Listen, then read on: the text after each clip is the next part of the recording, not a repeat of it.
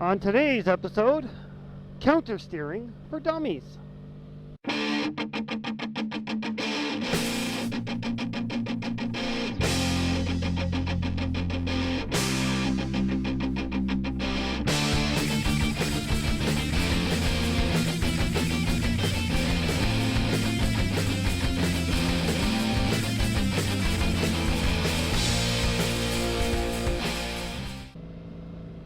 So today I want to talk about countersteering, and I label it for dummies because I is one.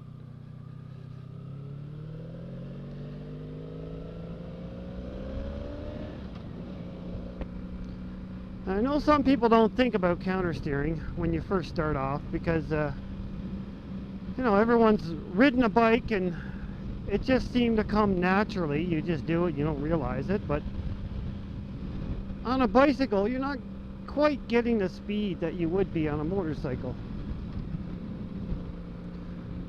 So first of all, let's explain what countersteering is.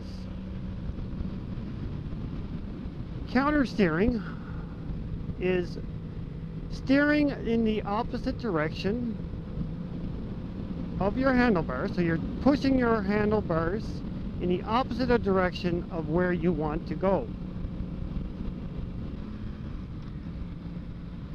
So first, let's explain this by using momentum. I'm driving down the road here and I'm going straight. Now that's what the vehicle wants to do, whether it's a car or a motorcycle. The faster you go, the more it wants to go straight. Now I know some of you have seen the videos where a rider will fall off of his motorcycle, but the bike will wiggle a bit and keep going straight because the momentum wants to keep that bike upright. Now in a car, same thing. If you start to do a turn, you let go of the steering wheel, it'll make you want to go straight. The steering wheel will go back and it'll keep going straight. So let's first explain steering in a car. Now most of you know how to steer a vehicle. So when a car steers, when you want to go left or right, you turn the steering wheel left to go left, right to go right. Pretty simple enough. Now the reason a car works that way is because it has 1, 2, 3, 4 tires.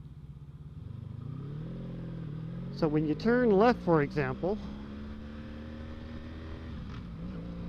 depending on the speed you go and stuff like that, your body inside will be pushed to the opposite direction.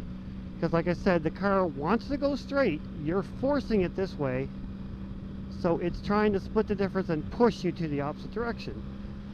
Now where your vehicle has 4 tires, the weight transfers over and the outside wheels take the weight. Then you make the turn.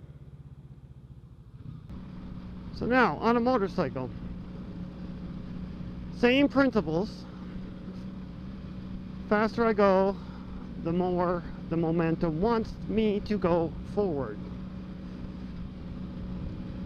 But different from a car, I have no wheels on the left or right of me, no wheels to take the force of my weight when I try and turn. So in order for me to turn left, I actually have to push the handlebars away from me on the left. So theoretically steering right and vice versa. Now the reason being, and I'll show some graphs here. Of course, like I said, momentum wants us to go forward. I push the handlebars away from me to make the wheels go this way. So now with this force, turning the wheels this way will force my bike to lean this way. Same as a car, when you turn left, it forces your body over to the right.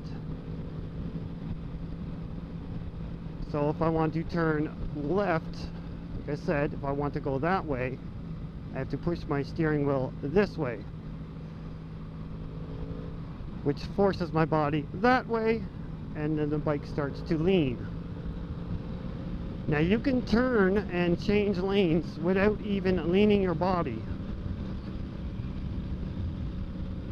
If I want to go in this lane now, all I have to do is push this handlebar here away from me. So push it away from me and it goes over. It's because the bike is trying to drop over when I push this way. Momentum wants me to go that way,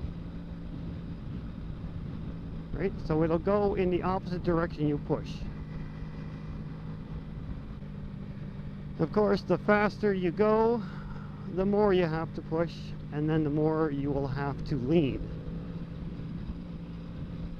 Because the force alone of just pushing will not be enough when you go too fast. So I'm going to turn this way, I got to push this way. See? Push. I'm just pushing.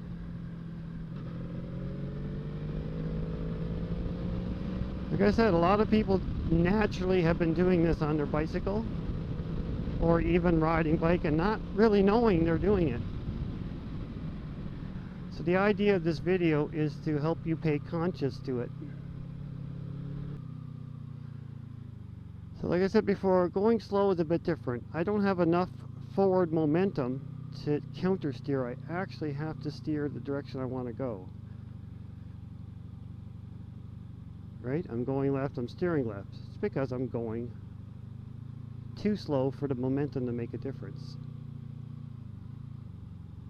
As you can see here. Steering the way I want to go. But as you, and every bike is different, as you get up to a certain speed, the more you'd have to counter steer. So let's push again to change lanes. I'm pushing this way to go over there. I'm steering this way. See? And back. So if you want to get out and try it, I'm not sure what bike anyone's riding. Every bike, every motorcycle will be different. Everyone needs a different amount of push, a different amount of lean, how heavy your bike is, top heavy, all that stuff. So I can't really tell you how much you have to do it. You just need to get out and practice. Just try pushing, changing lanes, try some corners, try it a bit faster, get the feel of it. And don't be afraid. Most people are afraid to lean because they think they're going to fall over. I already shown a video earlier of the bike crash where the guy was putting his foot out when he was turning because he was afraid he was going to fall over.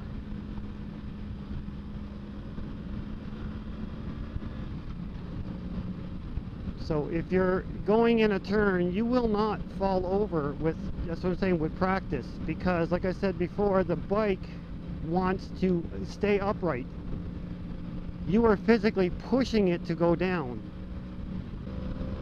So get out there, guys, practice. Do some turns. Slowly do them a bit faster, a little bit more push, a little bit more lean. Do it safely. Well, thanks for watching. I hope this was a countersteer video for dummies, hosted by a dummy. The best I can explain it, I hope. I hope you new riders have learned something from this.